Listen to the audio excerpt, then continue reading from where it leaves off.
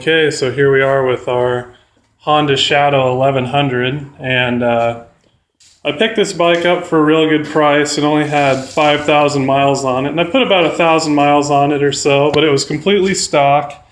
And the exhaust, you know, it's pretty mild on it. So I ordered some pipes in from Amazon. I'll post the link on them, but they were only $270 or so, which was real cheap for full tubed pipes with baffles. So we'll go ahead and put those on. We're going to go ahead and put a jet kit in the carburetor from DynoJet to account for the higher flow, and we'll also put a K&N air filter on there while we're at it. So anyway, you know, I'll let it, I'm going to light it off so you can take a listen to it so you can hear before and after, and we'll go through how to do it. So anyway, we'll get after it.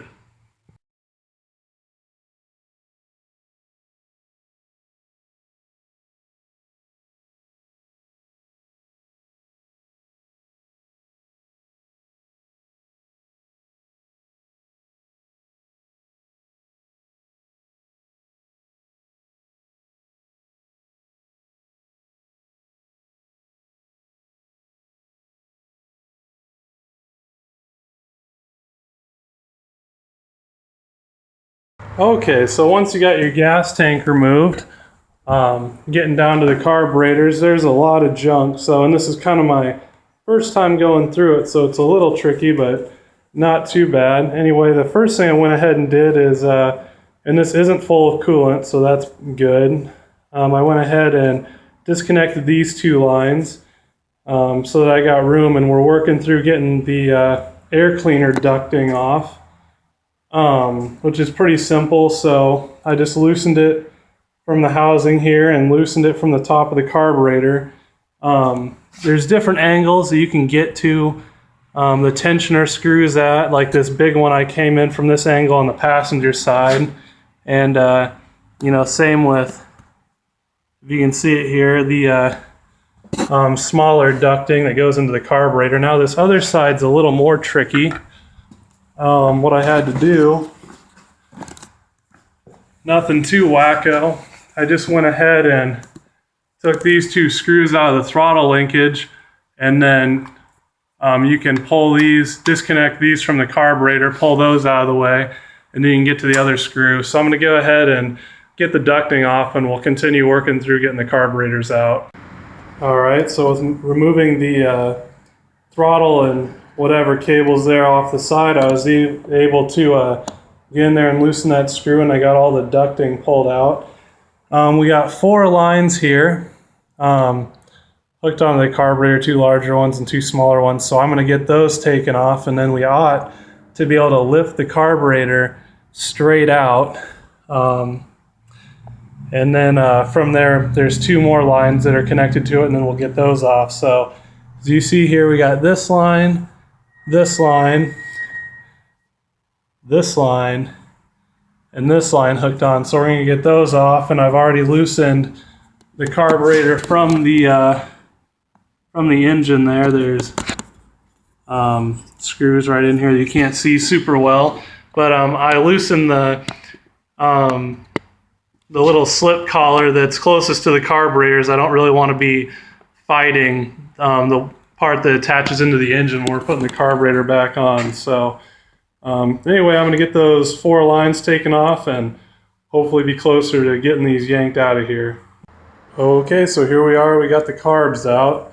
I'm sorry I couldn't really show it, you know. I wish I had someone who could record for me. But anyway, I disconnected all the hoses, and then you know, this is my first time doing this, and I didn't really read anything up on it. I'm just going off my basic mechanic knowledge here.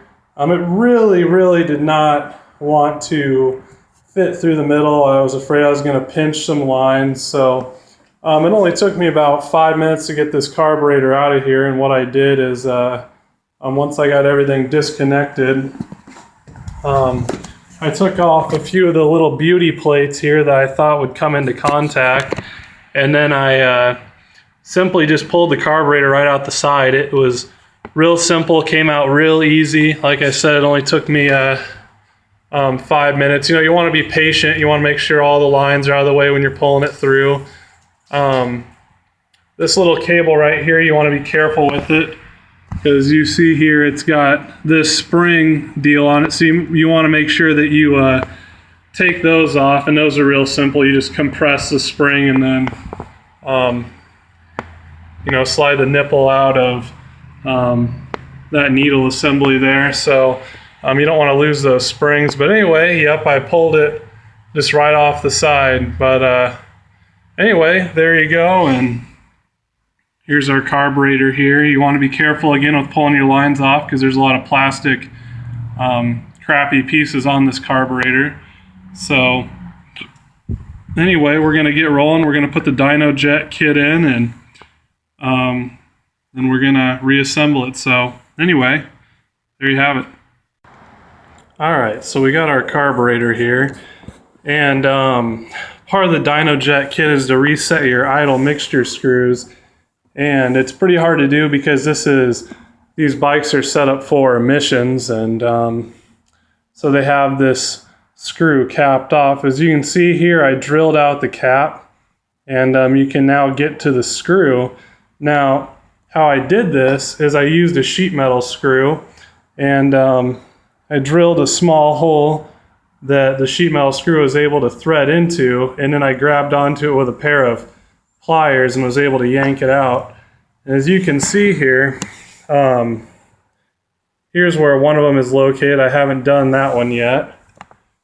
And then obviously the other one is located right under the throttle linkage there. So anyway, all I do is I take my drill, I make sure I drill into the center, and then I simply screw my sheet metal screw in, and then grab onto the head of my sheet metal screw, and nice and easy work it back and forth and pull it out. You don't want to put a lot of torsion on it because you'll break your carburetor. So anyway, I'm going to get this other one out here, and then we'll move on to rejetting.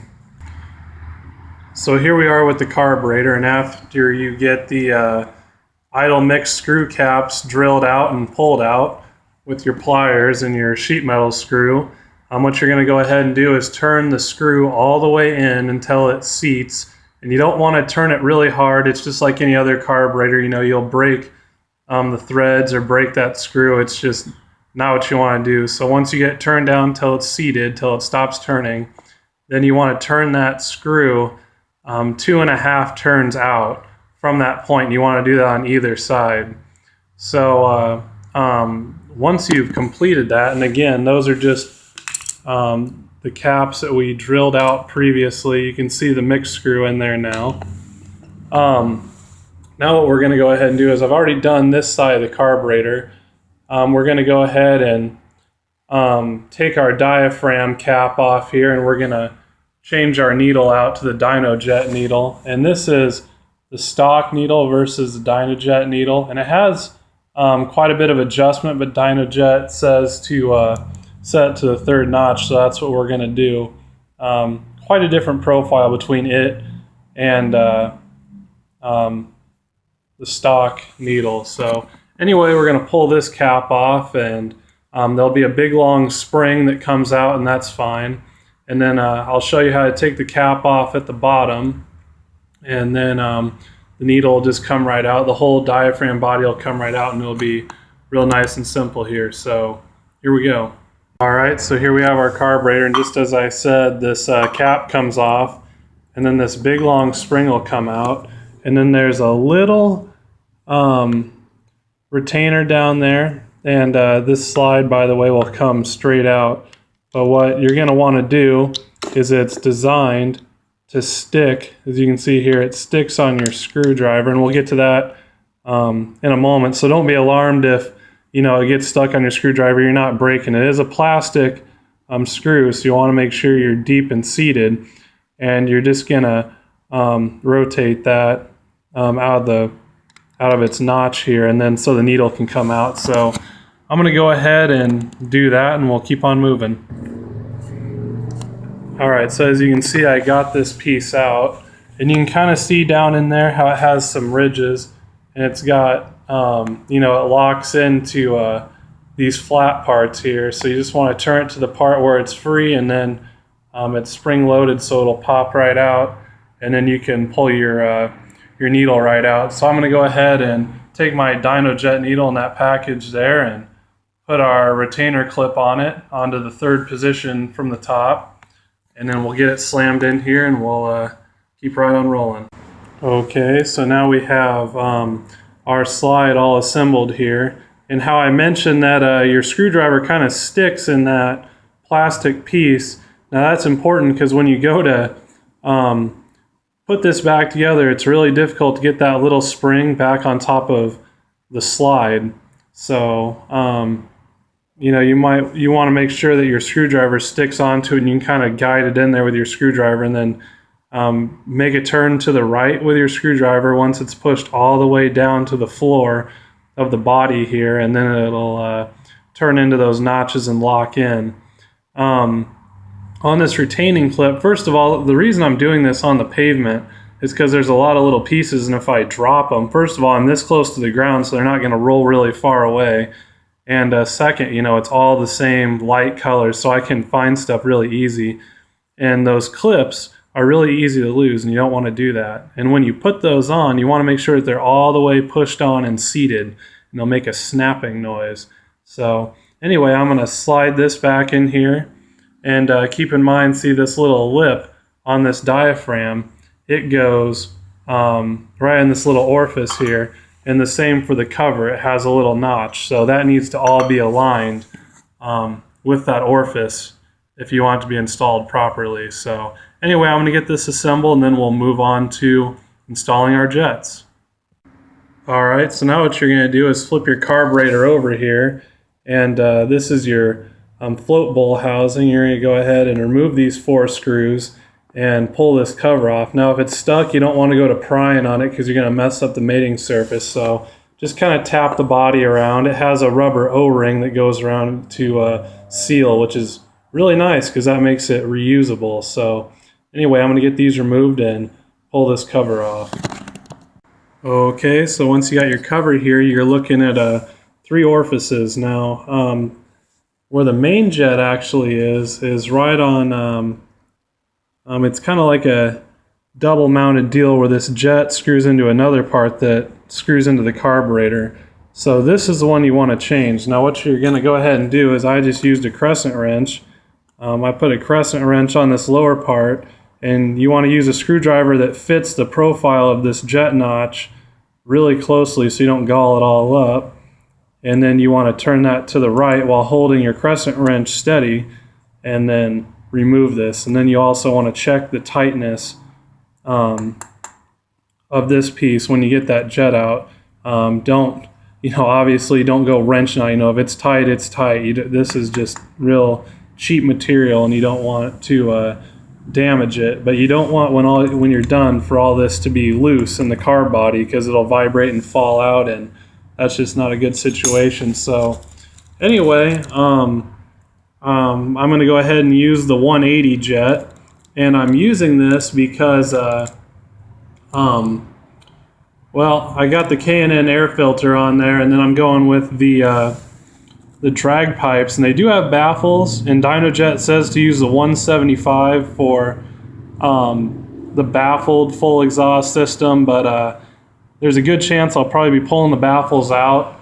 And if you recall, it's not super easy to get this carburetor out of here. It's kind of time consuming. So and with the higher flow from the K&N filter we installed, I believe the 180 will be right in there. I prefer to run a little fat more so than a little on the lean side anyway myself, for safety's sake, and it'll keep the pipes cooler, run a little bit richer. So, and we'll obviously check our plugs, but I feel very confident that we're going to be fine with this 180 jet considering the setup. So we're going to go ahead and get that slammed in there, and then we'll, I don't have to demonstrate it. It's pretty simple. You just put the cover back on there, tighten the screws down evenly. Don't, tighten them down gorilla tight, and you should be fine. So again, if you can see here from the side profile, that jet comes out of the top of that brass piece that goes into the carburetor, and that's what you want to remove. Be mindful that you don't go run into your float, because these are plastic. But anyway, that's pretty much setting up your carburetor, and real simple, as you can see, real simple and straightforward. So we're going to get that done, then we're going to move on to putting it back in the bike. So anyway, we'll get right on moving here. Okay, so I got the carburetor slid back in there, and I did the same thing as when I took it out. I slid it in the side from the passenger side here, and what I did is I slid it in. Well, first of all, I put the our rubber transfer manifold here, I put that in on the other side first. Now, I struggled with these the most, and I want to make a point about it. First of all, you want to make sure these screws on either end are very good and loose. You want that rubber to be able to move around. This is pretty tough rubber, so it doesn't give a lot. And what I did is I rocked the bike over and got a little bit of oil from my engine and put it around the that mating surface to help it slip, because it's got a little lip on it, and so does both ends, the carburetor and the head here where it mounts to. So you want to make sure that those lips are mated. Now that's the biggest thing. So when you look around, you don't want to see any like shiny material where it's been machined so that this fits right. If you can see any of that, it's not fully seated, and you'll have a huge vacuum leak when you go to start your bike, and that is not what you want. So make sure these are good and loose, get some oil on it, and make sure everything is good and pushed down and seated, and you'll be good. But anyway, I put that one side on there first, then I slid the carburetor in here, and then kind of held it out of the way and put this on, and then I brought the carburetor down and pushed it down onto those rubber transfer tubes there. So all in all, and I got it tightened up, it's hard mounted in. We're just going to go ahead and hook all our lines back up, and we should be good to go. So just go ahead and hook them up how they were before. If you don't recall, look back in the video where I took it apart, and you can kind of see the location of everything. And anyway, shouldn't be too bad. All right, so after you get your carburetor slammed back in your bike here, I'd say the next hardest thing to get in is your duct work. Now, how I did this is, before I put my throttle cable assembly back on, what I went ahead and did is I put this intake tubing on first. Now, it works best if you slide these two ends on first and then put this back end part on last. And I never disconnected it here, and it was pretty easy to do that. The screws are pretty easy to get to. Again, you want to make sure that you have everything pushed down really good, so you're not it wouldn't be a vacuum leak in this case because it's before the carburetor, but you'd be sucking dirt into your engine and into your carburetor. So when you have this throttle cable loose, it makes it real easy to get in at this angle and tighten that screw up. And again, you want to make sure that you have it good and pushed down, even hold it pushed down while you're tightening it up. But then from there, you put your throttle cable on, and now is a good time to adjust your throttle cable. That's pretty self-explanatory. If you have slack, you're going to move this piece farther towards the front of the bike, and it'll take all the slack out. So I had quite a bit of slack in mine, so I went ahead and rectified that. But anyway, that pretty much completes your carburetor install. It's not too bad at all. I'd say the most agitating thing about this whole deal is just these clips. They're so irritating to deal with. But other than that, it's comes in and out pretty easy. You just need to have a little patience and don't force anything. So anyway, that's pretty much it for the carburetor deal. I'm going to go ahead and move on to installing the drag pipes now.